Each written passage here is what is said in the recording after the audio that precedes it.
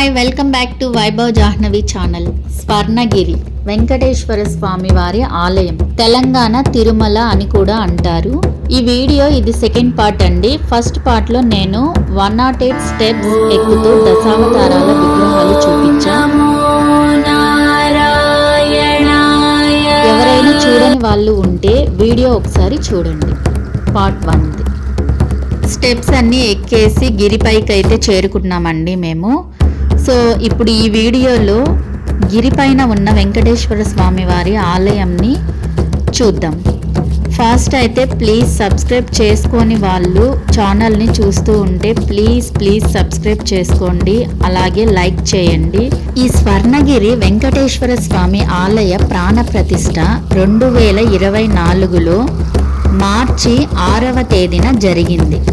మీరు ఇందాక చూసిన కౌంటర్స్ అన్నీ కూడా దర్శనానికి మనం టికెట్స్ తీసుకునే కౌంటర్స్ అండి.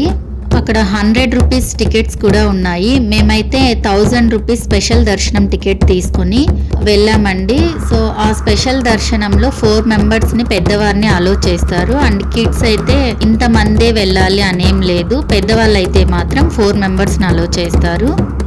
లోపల స్వామివారిని చూడడానికి మన 2 కళ్ళు సరిపోవండి. అసలు అంత అద్భుతంగా ఉన్నారు ఆయన.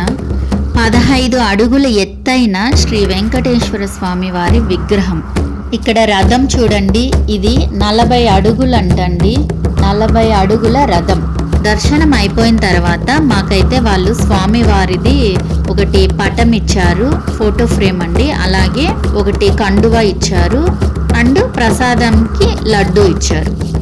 ఇది అన్నదాన సత్రం, అలాగే నిత్య కళ్యాణ మండపం. ఇక టెంపుల్ టైమింగ్స్ వచ్చి 5 AM to 9 PM, 5 to 6:30 morning అభిషేకం చేస్తారండి స్వామివారికి. అలాగే ఆఫ్టర్నూన్ 12:30 to 1:30 బ్రేక్ ఉంటుంది.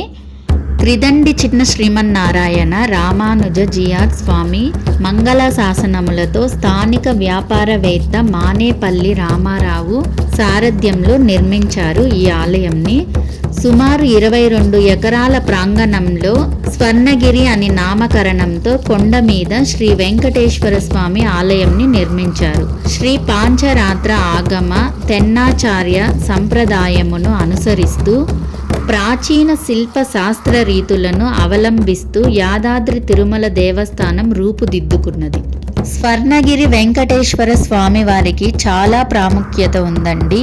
అదేంటంటే ప్రాకారానికి 4 వైపులా 4 రాజగోపురాలతో, విశాలమైన మండపాలతో, 5 అంతస్తుల విమాన గోపురంతో కూడిన గర్భాలయంలో 15 అడుగుల ఎత్తైన శ్రీ వెంకటేశ్వర స్వామి వారి విగ్రహం నెలకొని ఉంది. ఆలయానికి వెనక సైడు శ్రీ వాసవి అమ్మవారు కొలువై ఉన్నారు. ఇప్పుడు మీరు చూస్తున్నదంతా కూడా ఆలయానికి వెనక సైడ్ అండి. ఇక్కడ చూడండి, ఏనుగు, ఆవు, దూడ ఇవన్నీ స్టాచ్యూస్ అండి.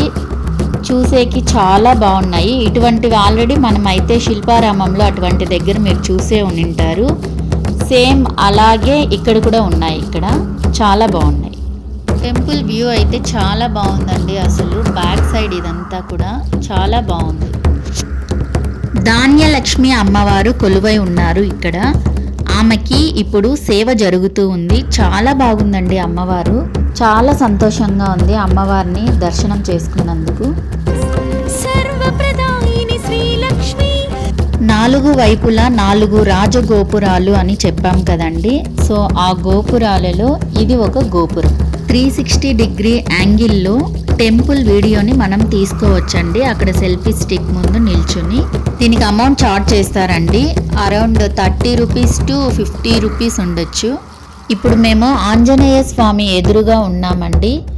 ఈ ఆంజనేయ స్వామికి ఒక ప్రత్యేకత ఉంది. అదేంటంటే సుమారు 27 అడుగుల ఏకశిలా విగ్రహం అంట ఇది.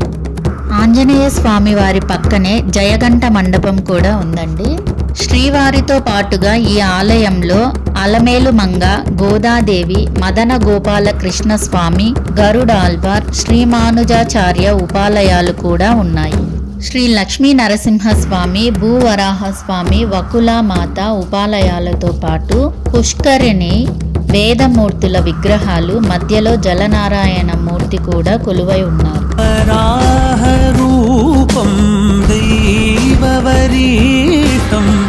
జలనారాయణ స్వామి ఆలయంని నేను మీకు నెక్స్ట్ వీడియోలో చూపిస్తానండి.